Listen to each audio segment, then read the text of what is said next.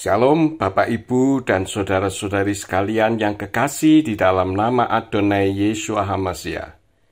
Kembali berjumpa dengan saya Pendeta Yakub Sulistyo.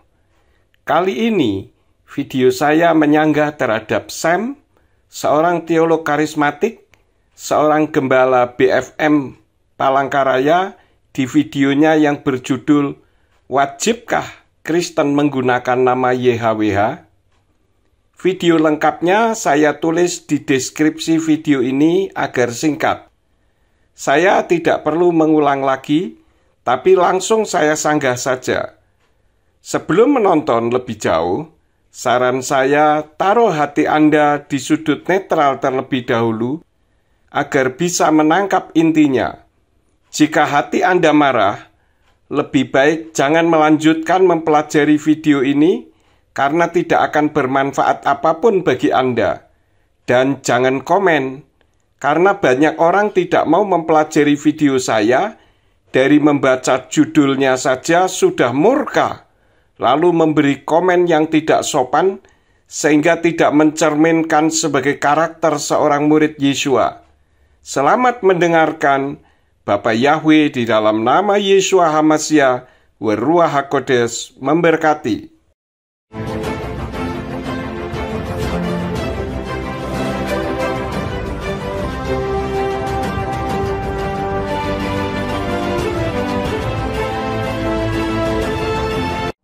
Berjumpa kembali dengan saya Sam, teolog Protestan karismatik di BFM channel ini. Kiranya kasih karunia dan damai sejahtera dari Allah Bapa dan Tuhan kita Yesus Kristus dan persekutuan Roh Kudus menyertai kita sekalian. Pada kesempatan ini saya ingin berbagi video berita wahyu tentang pengucapan nama Yod-He-Vav-He. Namun sebelumnya saya ingin menjawab satu pertanyaan. Wajibkah orang Kristen saat ini menggunakan nama Yahweh? Saya ingat beberapa tahun yang lalu sempat viral kelompok Yahweisme yang mendesak orang-orang Kristen untuk wajib menggunakan nama Yahweh. Yahweisme yang mana yang mewajibkan menggunakan nama Yahweh? Kalimat tersebut ambigu, sehingga seolah-olah semua harus diganti dengan nama Yahweh. Karena menyinggung nama saya, maka saya jawab, coba cari video saya yang mewajibkan menggunakan nama Yahweh. Artinya harus semuanya Yahweh. Jika menontonnya sepenggal-sepenggal, berkesan mewajibkan menggunakan nama Yahweh. Artinya harus semuanya nama Yahweh. Tapi kalau kelompok Allahisme mewajibkan menggunakan nama Allah yang tidak boleh hilang dari Alkitab, baru benar. Saya mewajibkan menggunakan nama Yahweh jika memang dari bahasa Ibraninya memang nama Yahweh. Karena selama ini oleh Yayasan Lembaga Alkitab Indonesia, nama Yahweh telah diterjemahkan menjadi Tuhan, T-U-H-A-N huruf besar semua, Tuhan T-nya saja yang huruf besar, Allah A-L-L-A-H huruf besar semua, dan Allah hanya A-nya saja yang huruf besar. Padahal nama itu tidak bisa diterjemahkan. Jika dari bahasa Ibraninya tertulis Elohim, ya boleh saja diterjemahkan menjadi Tuhan, Gusti, Theos, God, Ilah, atau sebutan-sebutan lainnya. Karena sebutan itu beda dengan nama diri atau personal name.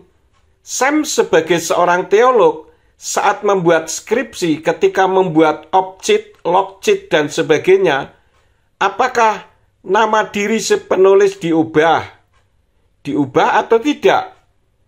Bolehkah diubah? Itu pertanyaan saya.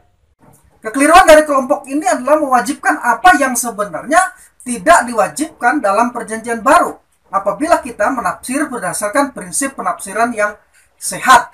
Justru kekeliruan dari kelompok Allahisme ini adalah karena perjanjian baru dianggap ditulis dalam bahasa Yunani, sehingga nama Yahweh dihilangkan.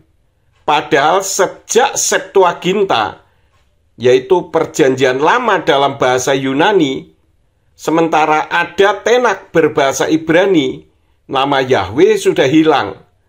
Apakah menganggap penulisan Perjanjian Baru dalam bahasa Yunani itu berdasarkan prinsip penafsiran yang sehat? Berdasarkan firman Tuhan itu sendiri? Firman Tuhan mengatakan bahwa Tuhan tidak pernah memberikan firman-Nya melalui bangsa-bangsa lain atau bangsa Goyim selain bangsa Yahudi, yang tentu saja ditulis dalam bahasa Ibrani. Kalau firman Tuhan Perjanjian Baru ditulis dalam bahasa Yunani, berarti firman berikut ini salah dong. Coba baca di kitab Yesayahu atau Yesaya pasal 2 ayat yang ketiga, yang berbunyi demikian.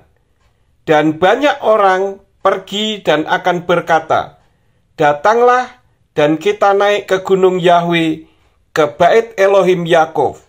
Dan dia mengajar kita jalan-jalannya, dan kita berjalan di dalam jalan-jalan setapaknya. Perhatikan kalimat berikut ini. Sebab dari Sion akan keluar Torah dan firman Yahweh dari Yerusalem. Jadi firman Tuhan tidak pernah keluar dari Yunani atau dari Arab. Demikian pula dalam kitab Roma pasal 3 ayat yang kedua yang berbunyi demikian. Banyak dalam segala hal, karena pertama-tama sesungguhnya bahwa mereka telah dipercayakan firman Elohim. Jadi yang dipercayakan firman Elohim itu orang Yahudi, sehingga Perjanjian Baru pun ditulis dalam bahasa Ibrani. Coba baca buku yang berjudul Ruach Emet atau Roh Kebenaran ini.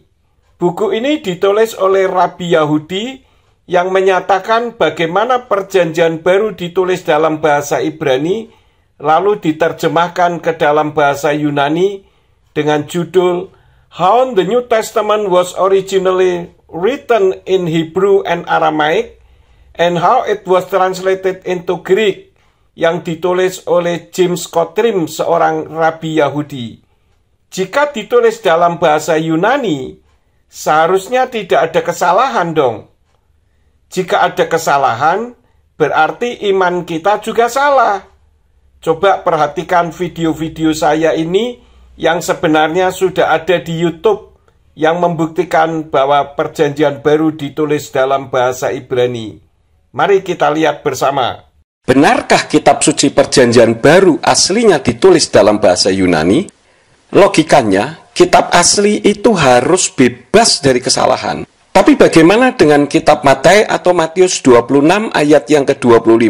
Dalam kitab suci berbahasa Yunani berikut ini. Apokriteze Judas ho paradidos afton epe meti ego emi rabi lege afto sei epas, yang artinya, dan Yudas menjawab dan berkata kepadanya, sesungguh-sungguhnya itu bukan aku ya Rabi. Katanya kepadanya, engkau sudah mengatakannya. Perhatikan kalimat meti ego emi. Itu artinya surely not I am, atau sesungguh-sungguhnya bukan aku. Berarti seharusnya bukan Yudas yang menjual Yesua, tetapi kenyataannya Yudaslah yang menjual Yesua. Jika Perjanjian Baru aslinya berbahasa Yunani, berarti nubuatan Yesua salah, karena Yesua mengatakan, engkau telah mengatakannya. Saya meyakini Yesua tidak bisa salah karena dia Tuhan. Jadi kitab berbahasa Yunani lah yang salah. Dalam kitab Dutilet Hebrew berbunyi Hegif Yehuda Sahaya Atit Lahaskiro Wasaal Zeani Rabi Hesiflo Atta Amarta, yang artinya Yehuda atau Yudas yang mengkhianati dia berkata, akukah itu Rabi? Dia berkata kepadanya, engkau telah mengatakannya. Perhatikan kalimat Zeani Rabi yang artinya akukah itu Rabi atau itu aku kan Rabi. Kemudian Yesua mengatakan, Atta Amarta, engkau mengatakannya. Jika kitab asli ternyata salah, buat apa kita mengimani sebagai umat Nasrani?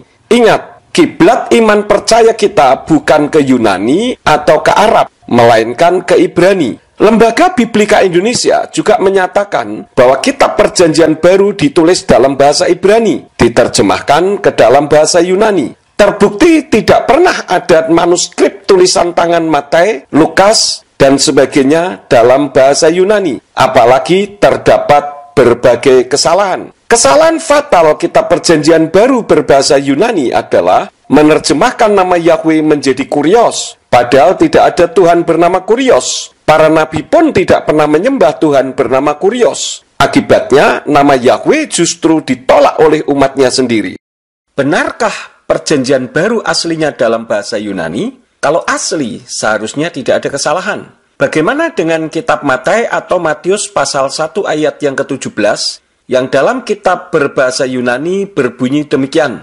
Pasayon nai genai avo Abraham meos badawit ti Dawid genai dekatesares kai avo badawit ti Dawid eostis metikesias Babilonos genai dekatesares kai avo tis metikesias Babilonos eos to Kristo genai dekatesares, yang artinya, jadi dari Abraham sampai Daud seluruhnya ada 14 generasi, dan dari Daud sampai pembuangan ke Babylon ada 14 generasi, dan dari pembuangan ke Babylon sampai Kristus ada 14 generasi.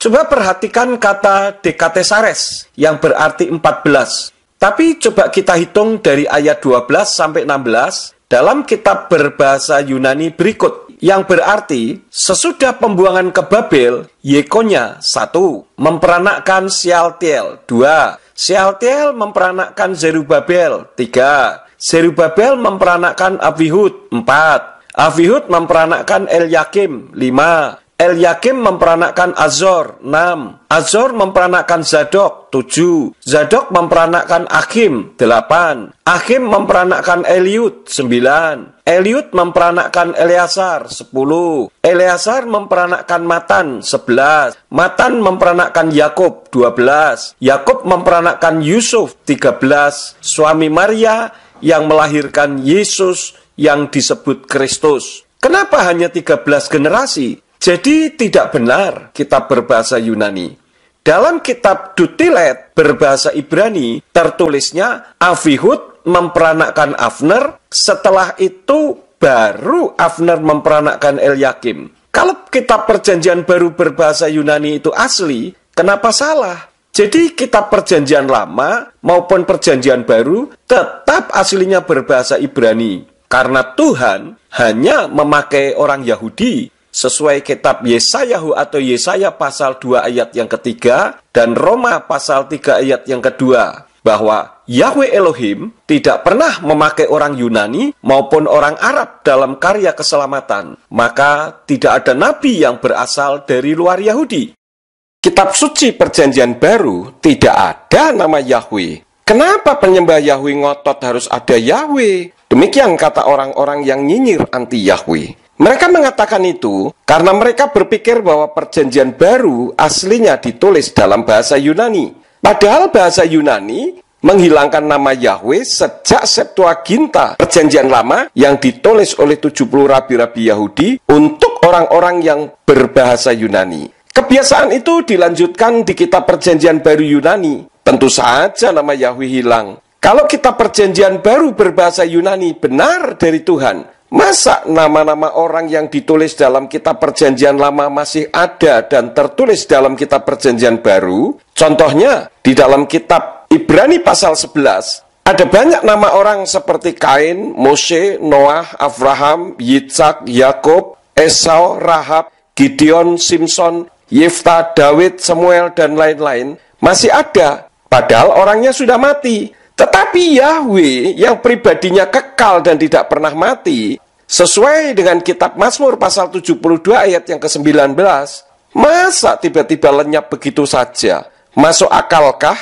Setan itu takut dengan nama Yahweh dan Yeshua Mesias, sehingga setan berusaha untuk menghilangkannya. Segala macam alasan dibuat, pokoknya nama Yahweh jangan disebut. Walaupun si empunya nama ingin namanya disebut. 1 Tawarin 16 ayat 8, Mazmur 105 ayat 1, dan lain-lain. Orang Yahudi pernah tidak kenal Yahweh satu generasi. Baca Hakim-Hakim 2 ayat 10-11. Karena mengganti dengan Adonai dan Hashem. Sesuai kitab Talmud Yudaisme, di kitab Berachot Sota 38b, Mishnah Tamid pasal 7 ayat 2, dan Mishnah Sota pasal 7 ayat 6. Padahal tidak ada Tuhan bernama Hashem atau Adonai, apalagi Kurios.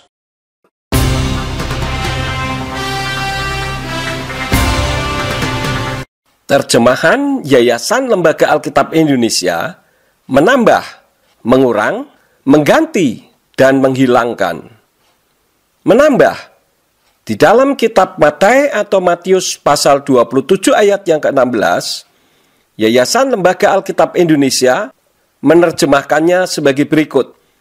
Dan pada waktu itu, ada dalam penjara seorang yang terkenal kejahatannya yang bernama Yesus Barabas. Di dalam kitab King James Version diterjemahkan, "And they had then a notable prisoner called Barabbas." Di dalam kitab Brit Kadasa, yaitu Perjanjian Baru berbahasa Ibrani, berbunyi, "Uvayat hahi hayalahem is asir noda laam usmo Baraba." Di sini, nama Barabas ditambah menjadi Yesus Barabas oleh penerjemah Yayasan Lembaga Alkitab Indonesia. Mengurang, Roma 8 ayat yang ke-1, Yayasan Lembaga Alkitab Indonesia menerjemahkannya, "Demikianlah sekarang tidak ada penghukuman bagi mereka yang ada di dalam Kristus Yesus." Di dalam King James Version menerjemahkan, "There is therefore now no condemnation to them which are in Christ Jesus, who walk not after the flesh, but after the Spirit." Sedangkan di dalam kitab Brit Kadasa, di sana berbunyi, "Alkan evo ein asma latvekim be Yeshua Hamasya, hamid halkim selo kabasar ela levi haruah." Di sini, kalimat yang tidak hidup menurut daging tetapi menurut roh, yang dalam kitab Brit Kadasa ditulis Hamid Halkim Selo Kabasar Ela Levi Haruah, dikurangi sehingga tidak ada lagi. Mengganti, di dalam kitab Yehezkiel atau Yehezkiel pasal 34 ayat yang ke-16, Yayasan Lembaga Alkitab Indonesia menulis, "Yang hilang akan kucari, yang tersesat akan kubawa pulang, yang luka akan kubalut, yang sakit akan kukuatkan, serta yang gemuk dan yang kuat akan kulindungi. Aku akan menggembalakan mereka sebagaimana seharusnya." Perhatikan kalimat yang gemuk dan yang kuat akan kulindungi. Sekali lagi saya tekankan, terjemahannya yang gemuk dan yang kuat akan kulindungi. Tetapi terjemahan dari King James Version dikatakan, "I will seek that which was lost, and bring again that which was driven away, and will bind up that which was broken, and will strengthen that which was sick. But I will destroy the fat and the strong. I will feed them with judgment." Perhatikan kalimat "I will destroy the fat and the strong", yang artinya aku akan membinasakan atau menghancurkan yang gemuk dan yang kuat. Dan hal ini sama seperti yang tertulis dalam kitab Tenak yang berbunyi, "Et haufadet afakes ve et hanidakat asif ve lanis beret ekefos ve et hakola akasek ve et hasmena ve et hakazaka asmit erena bemispat." Di sana menggunakan kata asmit yang artinya hancur. Jadi dalam hal ini yang benar adalah terjemahan dari King James Version. Menghilangkan. Di dalam kitab Yesayahu pasal yang ke-26 ayat yang ke-4, Yayasan Lembaga Alkitab Indonesia menulis, "Percayalah kepada Tuhan huruf besar semua, selama-lamanya, sebab Tuhan Allah huruf besar semuanya adalah gunung batu yang kekal." Di dalam King James Version menerjemahkan, "Trust ye in the Lord forever, for in the Lord Jehovah is everlasting strength." Sedangkan di dalam kitab Tanak berbunyi, "Bitku ba Yahweh adai atki ba Yahweh sur olamim." Sehingga seharusnya terjemahannya berbunyi, "Percayalah kepada Yahweh selamanya, karena di dalam Yahweh ada batu cadas yang kekal." Di sini nama Yahweh dihilangkan dan diganti oleh penerjemah Yayasan Lembaga Alkitab Indonesia menjadi Tuhan huruf besar semua dan Allah huruf besar semua. Dan ini sangat fatal sehingga membuat umat Nasrani di Indonesia tidak mengenal sesembahannya Abraham, Yitzhak, dan Yakub, serta sesembahannya para nabi. Melalui video ini, kiranya umat Nasrani, khususnya di Indonesia dan Malaysia, menyadari akan kesalahan fatal ini dan kembali ke firman yang tidak diubah-ubah, sehingga menyembahnya kepada Bapa Yahweh sebagai Sang Pencipta di dalam nama Yeshua HaMashiach Sang Juru Selamat dan Ruach HaKodes sebagai pembimbing kita, yaitu Immanuel, di mana Elohim berdiam di dalam kita. Karena kitab suci melarang untuk menambahi atau mengurangi firman.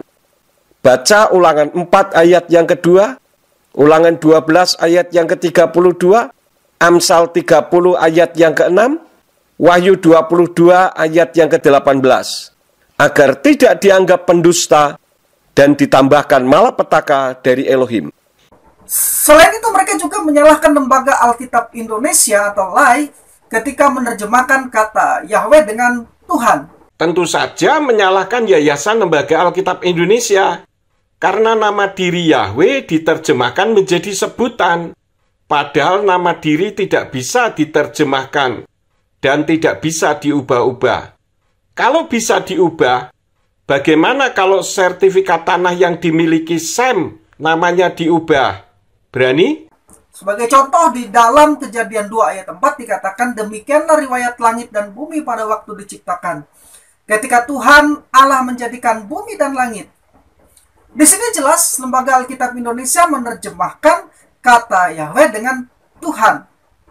Menurut Yahweisme, nama Yahweh adalah nama diri, sehingga tidak boleh diterjemahkan.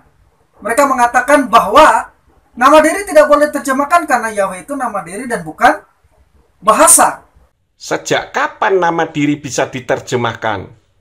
Bagaimana jika nama diri Yahweh diterjemahkan menjadi nama Yanto? Berarti Kejadian 2 ayat yang keempat, berdasarkan terjemahan Yayasan Lembaga Alkitab Indonesia, bisa menjadi seperti ini. Demikianlah riwayat langit dan bumi pada waktu diciptakan, ketika Yanto Allah menjadikan bumi dan langit. Berarti boleh ya?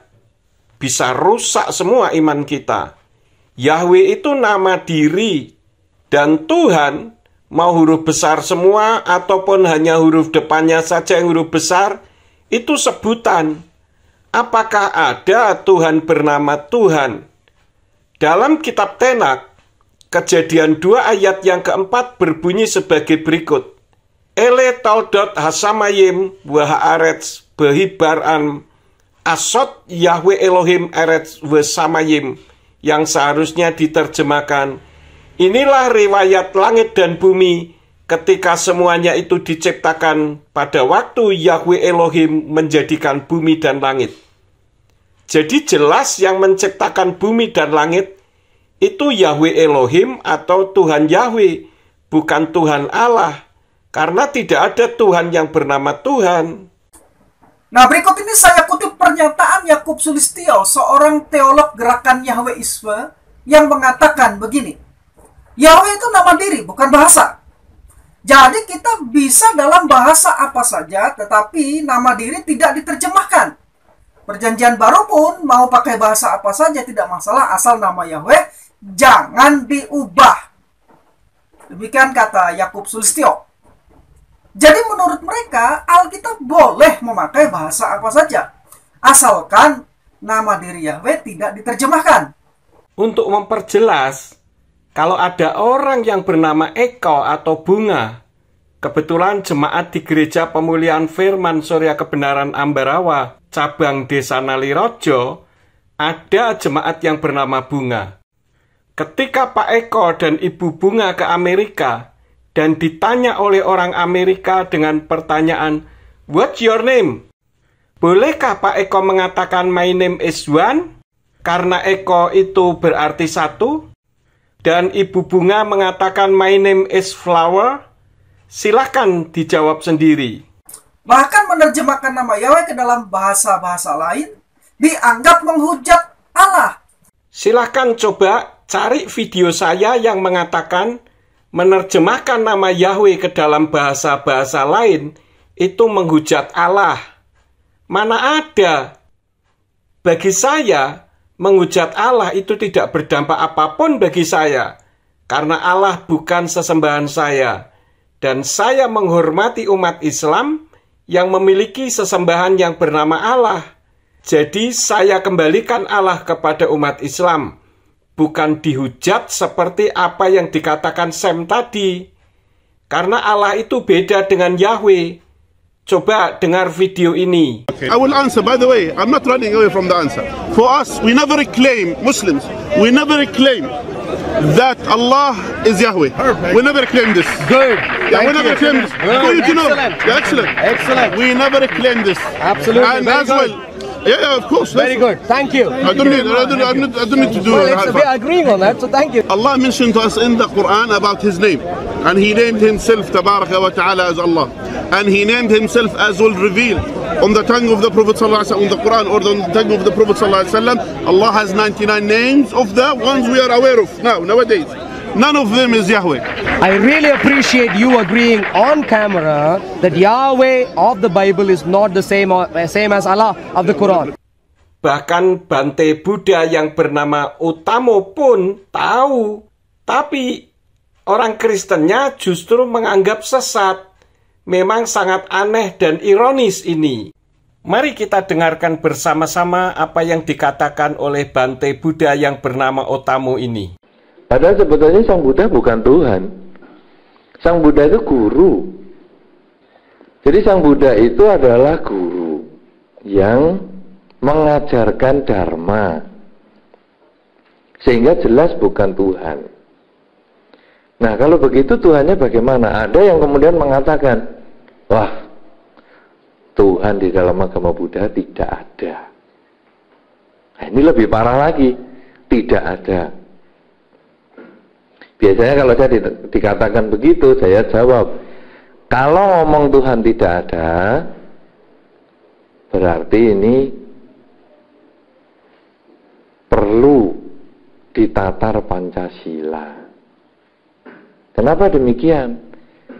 Karena di dalam Pancasila Indonesia, Pancasila sebagai dasar negara Indonesia, salah satu dari silanya, yaitu sila yang pertama, itu kan ada ketuhanan yang Maha Esa.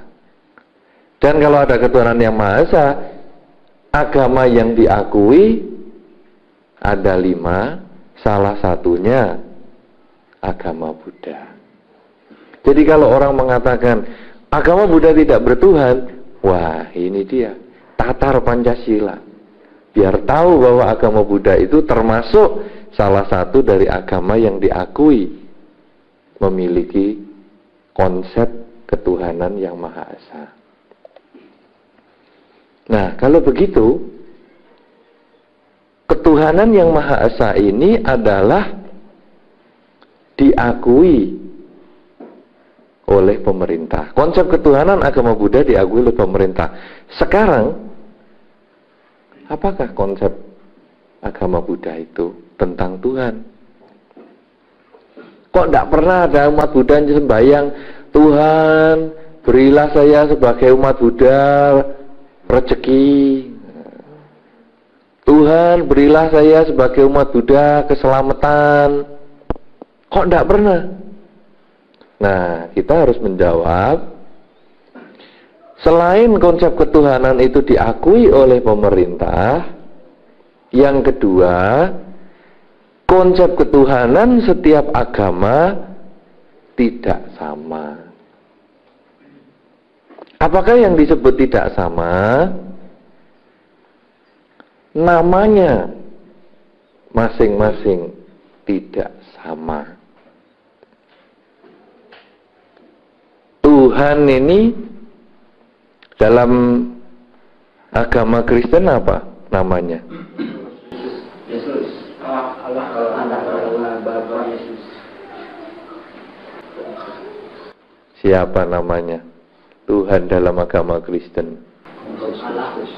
Ada yang Allah, ada yang Yesusnya sendiri diibaratkan sebagai Tuhan. Sebetulnya Tuhan dalam Kristen itu namanya Yehovah, Yahweh. Belum pernah dengar ya? Yahweh. Karena itu orang Kristen harus menyebut Tuhan dengan namanya, yaitu Yahweh. Lah, nama Sang Pencipta langit dan bumi kan memang Yahweh. Kenapa diganti menjadi Tuhan TUHN huruf besar semua? Maupun Tuhan hanya T-nya saja yang huruf besar, yang adalah sebutan, dan Allah huruf besar semua? Atau Allah hanya A-nya saja yang huruf besar, yang adalah nama sesembahannya umat Islam? Kalau Sam, seorang teolog Protestan karismatik dan gembala BFM Palangkaraya, saya ganti namanya menjadi Bapak, tentu orang bingung, karena Bapak itu sebutan dan ada banyak Bapak di Palangkaraya. Meskipun yang dituju adalah teolog Protestan karismatik dan gembala BFM Palangkaraya itu cuma satu, tetapi orang bisa tidak kenal namanya. Seperti Yahweh diganti menjadi Tuhan, dan kalau Sam yang adalah seorang teolog Protestan karismatik dan gembala BFM Palangkaraya diganti namanya menjadi Mariono, apakah boleh? Seperti Yahweh diganti menjadi Allah, yang adalah nama sesembahannya umat Islam, dan sebelum Islam lahir merupakan satu di antara 360 dewanya orang Arab kuno. Maka Christian Prince mengatakan bahwa Allah itu tidak ada kaitannya dengan kekristenan dan merupakan warisan kesalahan teolog dan pengajar Kristen karena tidak menyelidiki sendiri. Coba dengarkan dua statement Christian Prince tadi di video berikut ini. But here we have more important question about what is the name of Isa. Here you see the Muslim they translate as Jesus.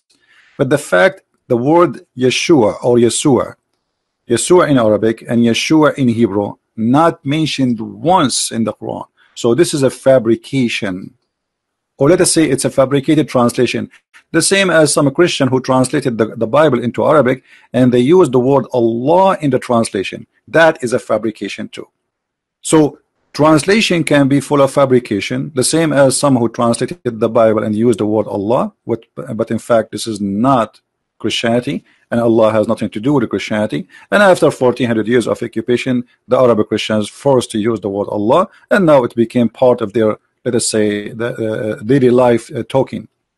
If you go to all Islamic countries where Christians are minority, you will see all of them, they use the word Allah. Why? Because simply they are under the control of Muslims. However, when the Muslims they notice that using the word Allah is not for their benefit, they will forbid you from using it, as what happened in Malaysia. In Malaysia, they made the court order that no Christian should use the word Allah in a church, because that is the name of the God of the Muslims, and I agree with the court actually. They should not use it, and any Christian who used the word Allah, he should refrain from using it, for this is a pagan word and have nothing to do with us.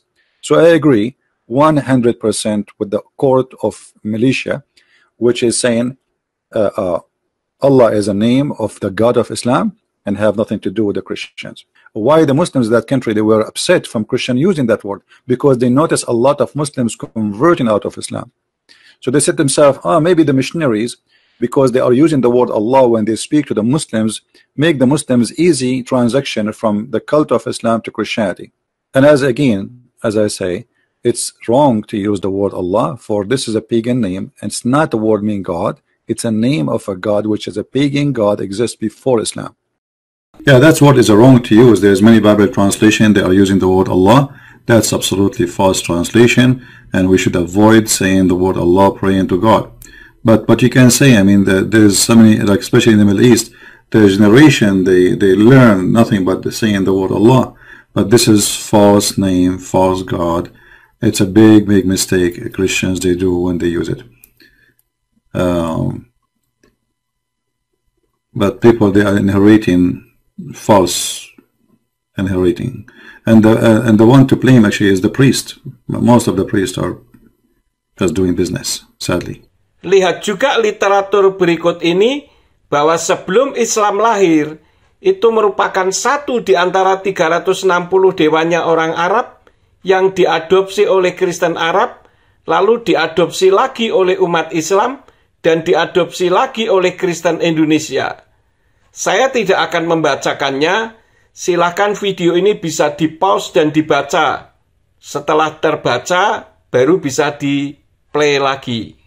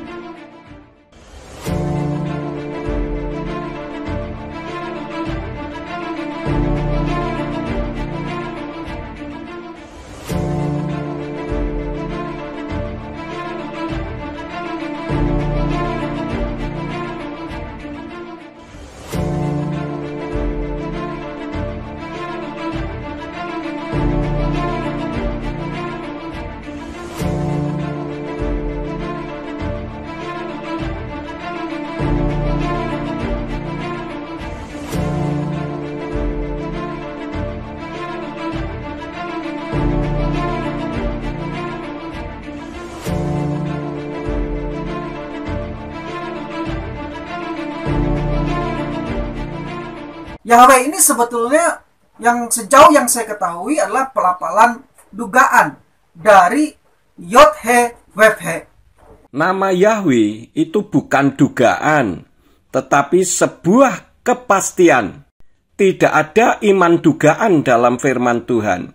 Coba lihat apa yang ditulis oleh Ensiklopedia Britannica. Karena panjang, saya tidak bacakan. Silakan baca sendiri. Di-pause dulu videonya, lalu setelah terbaca baru di-play lagi. Bisa juga dieja dengan cara seperti video berikut ini. Kelompok penyembah Yahweh itu ngawur. YHWH itu tidak bisa dibunyikan. Orang Yahudinya sendiri tidak bisa membunyikan. Maka mereka membunyikannya dengan Hashem atau Adonai. YHWH itu bisa berbunyi Yahweh, Yuhu, Yohweh, Yuhwih, Yahweh, dan sebagainya. Justru kelompok Kristen penyembah Allah yang anti Yahweh yang ngawur. YHWH dikatakan tidak bisa dibunyikan karena tidak bisa membaca huruf Ibrani. Orang Yahudi mengganti YHWH yang berasal dari huruf Ibrani Yod, He, Waw, He itu karena menghormati, bukan tidak bisa membunyikan. Sejak dipulangkan dari pembuangan di Babel oleh Bapak Yahweh, mereka merasa tidak layak untuk memanggil nama Yahweh, sehingga mengganti menjadi Hashem yang berarti nama itu, dan Adonai yang berarti Tuanku. Itu bukan nama, melainkan sebutan, karena tidak ada Tuhan bernama Hashem atau Adonai. Cara mudahnya, huruf Yod-He dibaca Yah. Contohnya, di dalam kitab Mazmur pasal 89 ayat yang ke-9, yang berbunyi, Yahweh Elohei Zevaot, mi kamoka hasin Yah, wa emunatka sevivotecha. Perhatikanlah huruf Yod dan He. Di situ terbaca Yah. Dan dalam kitab Yesayahu pasal yang ke-38 ayat yang ke-11, yang berbunyi, Amarti lo ere Yah Yah be'eret hakayim lo abid Adam ot im yosfei kadel. Perhatikan lagi huruf Yod dan He. Di situ terbaca Yah, bukan Yeh, bukan Yuh, bukan Yih, dan bukan Yoh. Huruf Waw He dibaca W. Dengan huruf He akhir tidak kedengaran. Contohnya dalam kitab Keluaran 34 ayat yang ke-14 yang berbunyi, Kilo tistakawe le el akhir ki Yahweh kanasmo el kanahu. Perhatikan huruf Waw dan He. Di situ terbaca W dengan huruf H akhir tidak kedengaran. Jadi Yod He Waw He itu jika dibaca bunyinya Yahweh dengan huruf He di belakang tidak kedengaran. Semua huruf Ibrani memang huruf mati. Seperti Shalom itu dari huruf Ibrani Sin, Lamed, Waw Mem atau SLWM, dan Haleluya itu dari huruf Ibrani He, Lamed, Lamed, Waw Yod He, HLLWYH. Kenapa bisa berbunyi? Haleluya sendiri artinya pujilah Yahweh. Jadi jika mengatakan YHWH tidak berbunyi, itu hanya alasan yang dibuat-buat saja. Masa sudah tahu huruf tidak bisa berbunyi, kok Tuhan menyuruh Mose serta para penulis kitab untuk menulisnya? Bukankah semua yang ditulis itu untuk dibunyikan, bukan untuk dipelototin doang? Nah, secara singkat saya akan memberikan tanggapan atas kekeliruan Yahweisme yang mewajibkan pemakaian nama Yahweh ini. Yahweisme yang mewajibkan pemakaian nama Yahweh. Kalimat itu berkesan seluruhnya harus Yahweh. Justru Allahisme lah yang mewajibkan pemakaian nama Allah yang tidak ada dalam firman Tuhan. Jadi jangan dibuat ambigu. Karena kami tidak mengharuskan semuanya harus Yahweh. Yang sebutan bisa dipakai menggunakan Elohim, Gusti, Theos, God, Tuhan, atau sebutan-sebutan yang lain. Tetapi nama jangan diubah menjadi sebutan. Jika pertanyaannya, bolehkah menggunakan nama Yahweh? Maka jawabannya, ya, boleh. Alasannya karena nama Yahweh atau Tuhan adalah salah satu nama Allah dalam bahasa Ibrani yang disebut di dalam Alkitab. Sebutan lainnya adalah Elohim atau Allah. Bolehkah menggunakan nama Yahweh? Boleh. Saya kira ini hanya lip service saja. Kalau boleh, kenapa tidak mau memanggil dengan namanya, tetapi diganti menjadi sebutannya? Ini beda konteks, karena nama diri atau personal name beda dengan sebutan atau generic name. Yahweh bukan salah satu nama Allah.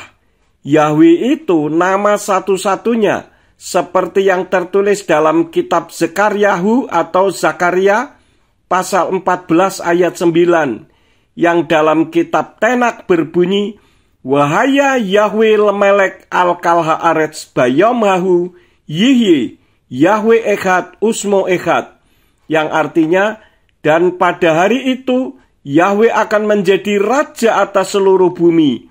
Yahweh lah satu-satunya dan namanya pun satu. Kalau Allah mempunyai 99 nama yang sebenarnya bukan nama melainkan fungsi. Contohnya seperti Al-Rahman, artinya yang maha pengasih. Al-Rahim, yang maha penyayang. Al-Malik, yang maha merajai. Al-Kudus, yang maha suci.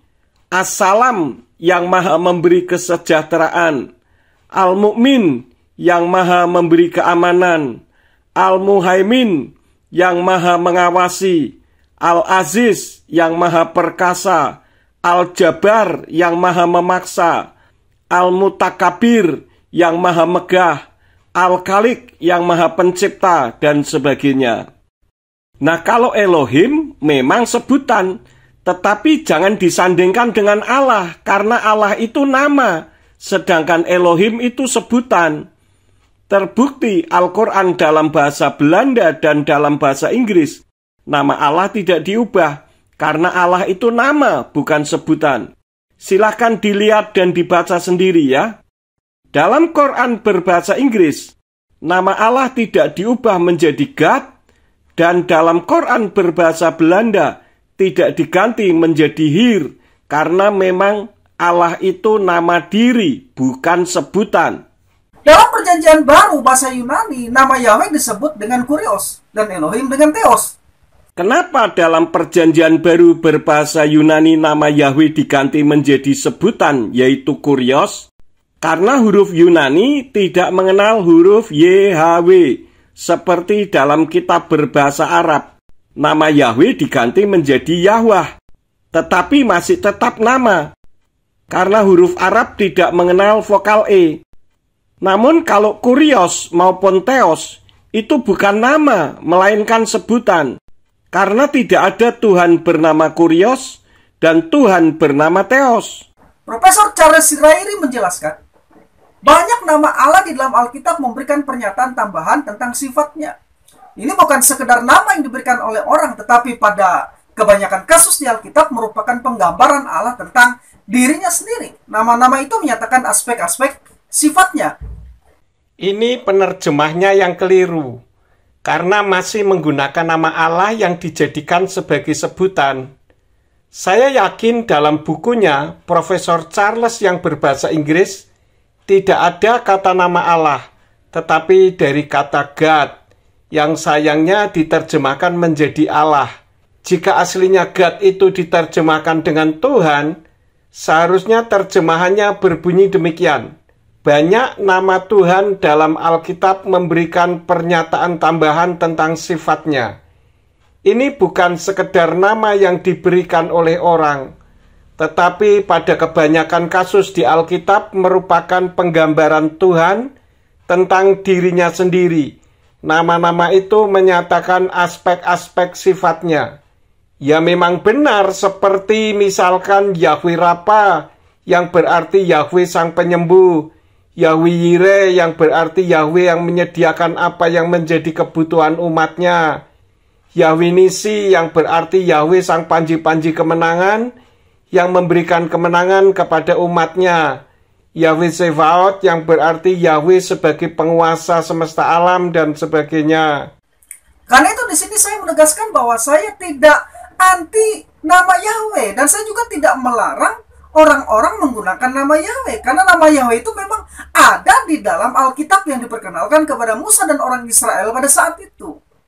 Tetapi jika pertanyaannya adalah wajibkah menggunakan nama Yahweh, itu tadi pelafalan dugaan dari Yod, He, Vep, He, maka jawabannya tidak harus. Alasannya mengapa? Mengapa kita tidak diwajibkan memakai nama Yahweh? Pertama, Yahweh adalah transliterasi atau pelafalan yang masih merupakan dugaan dari tetragramaton Yod He Vep He. Jadi memaksa untuk menyebut Yod He Vep He dengan Yahweh adalah sebuah kesalahan yang serius, karena ini masih merupakan pelafalan dugaan. Kalau tidak anti Yahweh karena dianggap masih pelafalan dugaan, jangan-jangan imannya juga masih iman dugaan. Maka membuat video yang membahas masalah pelafalan dugaan. Kalau pelafalan dugaan, kenapa mengatakan saya tidak anti nama Yahweh, dan saya juga tidak melarang orang-orang menggunakan nama Yahweh, karena nama Yahweh itu memang ada di dalam Alkitab yang diperkenalkan kepada Musa dan orang Israel pada saat itu. Nah, kalau ada dalam Alkitab, kok mengatakan dugaan?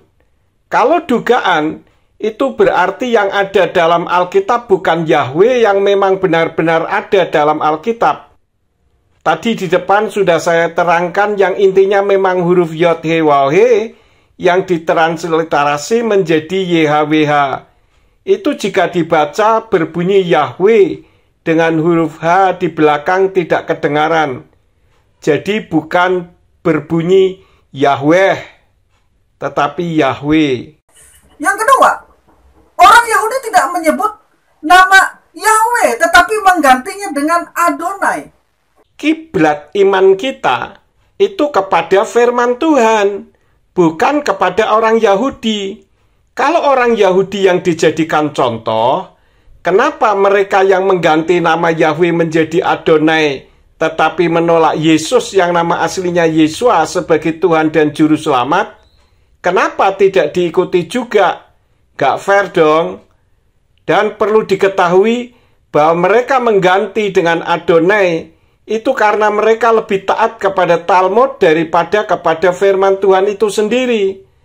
Talmud mengatakan di dalam kitab Berachot Sotah 38b, Mishnah Sotah pasal 7 ayat 6, dan Mishnah Tamid pasal 7 ayat 2, dan beberapa lagi yang lain, bahwa dilarang menggunakan nama Yahweh jika di luar sinagog, agar nama Yahweh tidak disebut dengan sembarangan atau untuk kesia-siaan. Nah, yang menjadi pertanyaannya adalah lebih taat kepada Talmud, lebih taat kepada orang Yahudi, atau lebih taat kepada firman Tuhan itu sendiri?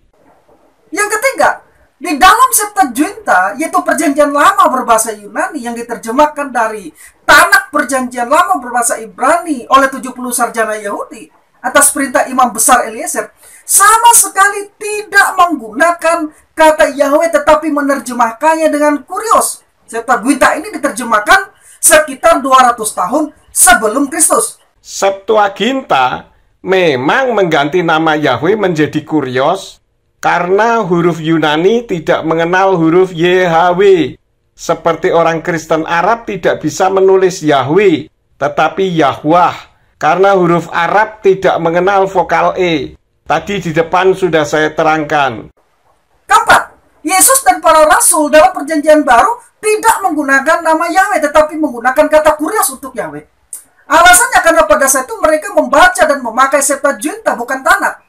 Lagi pula bahasa Yunani Koine merupakan bahasa umum yang diwajibkan untuk digunakan pada masa itu. Ini argumentasi yang tidak masuk akal. Murid-murid Yesua itu orang Ibrani yang sederhana, yang tidak berpendidikan tinggi, karena hidup sebagai nelayan. Bagaimana mungkin terhadap orang Ibrani sederhana, Yesua mengajar menggunakan bahasa Yunani? Sam yang berpendidikan tinggi saja membuat video menggunakan bahasa Indonesia kok. Bukan menggunakan bahasa Inggris, bahasa Belanda, atau bahasa Arab. Kenapa? Karena yang diajar orang-orang Indonesia. Baca saja buku Ruah Emet, seperti yang sudah saya sampaikan di menit ke-7.9 sampai menit ke-7.42. James Cochrane sendiri, yang orang Yahudi mengatakan bahwa perjanjian baru ditulis dalam bahasa Aramaik dan Ibrani, karena banyak idiom-idiom Ibrani, namun diterjemahkan ke pola pikir Yunani, sehingga tidak sesuai dengan pola pikir Tuhan yang menyatakan firman-Nya dalam bahasa Ibrani. Ini bukti bahwa bahasa Ibrani masih dipergunakan saat Yesua disalib, di prasasti yang ditulis oleh Pilatus dan ditaruh di atas salib, ditulis dengan 3 bahasa, yaitu bahasa Ibrani, Yunani, dan Latin, seperti yang tertulis dalam kitab Injil Yohanan atau Yohanes pasal 19, ayat 19-20, yang berbunyi demikian. Dan Pilatus menuliskan sebuah prasasti, serta meletakkannya di atas salib itu. Dan yang tertulis adalah Yesua orang Nazaret, Raja orang Yahudi. Maka banyak orang Yahudi membaca prasasti itu karena tempat di mana Yesua disalibkan berada di dekat kota.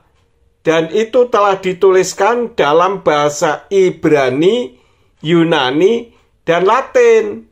Jadi kalau dikatakan bahasa Ibrani sudah tidak dipakai, keliru besar itu. Makanya argumentasinya argumentasi yang tidak masuk akal. Kalau secara ofisial menggunakan Yunani benar, karena di bawah penjajahan Romawi. Tetapi bukan berarti bahasa Ibrani hilang. Indonesia saja yang dijajah Belanda 350 tahun, bahasa Jawa, bahasa Sunda, bahasa Indonesia tidak hilang kok. Bukan kemudian bahasa Belanda semua. Kelima, semua manuskrip perjanjian baru, lebih kurang sekitar 6.000 manuskrip hingga saat ini, dari abad 1 sampai abad yang kelima, membuktikan bahwa perjanjian baru ditulis memakai bahasa Yunani Koine, dan tidak satu pun memakai kata Yahweh, tetapi menggantinya dengan Kurios. Manuskrip yang ribuan itu bukan firman Tuhan asli, karena tidak pernah terbukti dalam manuskrip itu yang ditulis tulisan tangan dari Matius, Markus, Lukas, Yohanan, dan sebagainya yang ditulis dalam bahasa Yunani. Meskipun ditemukan lebih kurang 6.000, bahkan ratusan ribu sekalipun, jika tidak sesuai dengan isi firman Tuhan, berarti bukan asli. Tadi di depan sudah saya sampaikan bahwa kitab perjanjian baru Yunani ternyata banyak yang salah. Coba lihat lagi di menit yang ke-8.6 sampai menit yang ke-21.30. Pertanyaan saya, kenapa Sam mengkritisi penyembah Yahweh saja? Kenapa Kristullah atau Krislam tidak dikritisi? Yaitu orang-orang Kristen tetapi sesembahannya bernama Allah. Bukankah di perjanjian baru Yunani juga tidak ada nama Allah, tetapi Kristullah atau Krislam memaksakan kehendak Allah harus tidak boleh hilang dari kitab sucinya umat Kristen. Kalau mempersalahkan Kristen yang kembali berkiblat ke Ibrani, kenapa Kristullah atau Krislam kenapa tidak dipersalahkan? Karena Sem juga masih sama-sama menghalalkan Allah dalam kekristenan, kan?